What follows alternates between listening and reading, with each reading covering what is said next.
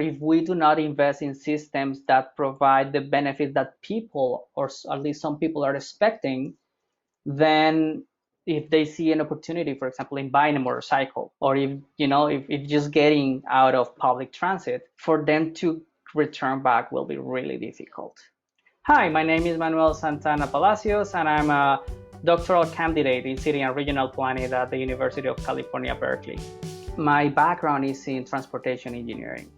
I'm a Colombian national. I worked for quite a long time in Bogota as a transport consultant. And now my research is primarily guided by questions of equity or social justice in the intersection of large transportation infrastructure projects, primarily public transport.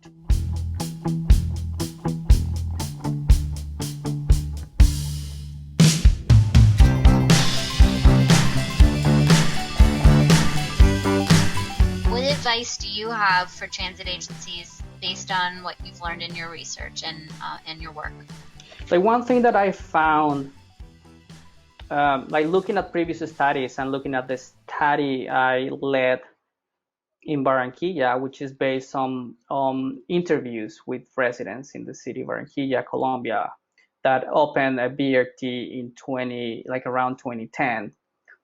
And what we have found is that despite many planners, including myself, back in the days, were promoting, more sustainable public transportation, or more sustainable transport in general, and we wanted to improve, to reduce greenhouse gases from transport operations, and at the same time we wanted to reduce the number of crashes and fatalities associated with those. And then we thought that that by investing in these massive public transportation infrastructures and services, particularly in the context of at least in Latin America, to replace the pre-existing private transit system, we will drastically reduce those negative outcomes. However, what we have found is two things, because then you would expect that if you create a better public transport that reduces the negative outcomes of its operations, then people perhaps will value it more and use it more. However, by focusing too much on those aspects of the sustainable transportation paradigm, then we tend not to look at things that that users value perhaps the most, which is travel time savings, how affordable your public transportation is. Like, one interesting research done by an economist in Santiago de Chile, Gomez Lobo, he took data from different cities in Colombia, and he found that those cities which implemented a BRT or something similar actually experienced an overall decline in ridership, which is worrisome, and it's something that we were not looking at ridership in the research that I did in Barranquilla. We were looking more broadly on how residents' experiences changed. And then we start seeing, for example, that people love the trunk corridors. They really liked, the trunk services because they were fast and they loved the air conditioning. However, those positive sentiments were mostly associated to those who relied mostly on trunk services.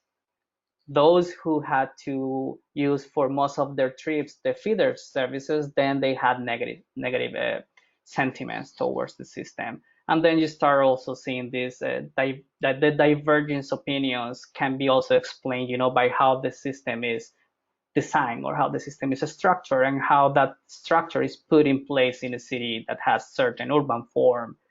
Yeah, right, exactly. Well, I know you also look a lot at public-private partnerships, which of course is a big buzzword and topic here at Meeting Minds, but do you think public-private partnerships can solve for some of the problems we're facing from transit agencies right now, or can private companies fill in the gaps that public agencies can't fill now, or increasingly might not be able to fill in the future? What are your thoughts on all that? That is an interesting question because my experience has not been necessarily with the partnerships per se, but more looking at how the private sector that operates transit both legally and illegally in a way, I mean, the ones who are authorized by the state, they also have like some sort of power in a way that they advocate and they work with like some local communities to advocate for new routes, for example. So there's like these synergies between communities and the providers that advocate with the local government, with transit agencies to have more routes. And then Mm-hmm. you have the informal ones who see the smaller gaps in the network that probably are not well served just because you have low densities, you have irregular landscapes where like having a bus is really difficult. I mean, maintaining the bus is really difficult, and then you don't have enough passengers, and then you have these small jeepneys and these vehicles moving around, and then you have large, like centralized, well planned mass transit systems like BRTs or subways that are not all the times run by the local governments, but they are administered or planned by local governments. And then the question is like how these different actors can um, plan Yeah, together, how coordinate. they can coordinate exactly to provide a better service. And I think that there is a lot of potential there. I guess that one of the main challenges is the fact that like some of those reforms, at least in Latin America, have been driven by like improving or basically replacing the old private transit sector, which now many cities have just like found out that it's just like really difficult because you have like all these gaps. And then because you were expecting that perhaps many BRT systems are going to operate uh, without the need of subsidies for the operation, which is not the case now, not even in Bogota. So Interesting. it's Yeah. just a difficult question, but I think that there is a lot of potential, like using, other approaches to try to see how to mitigate all the negative outcomes that we see from particularly private transit, and at the same time better coordinate, perhaps like integrating them with BRT and other transportation modes. But at the end of the day, it's a matter of money. Like how much Yeah. does it cost?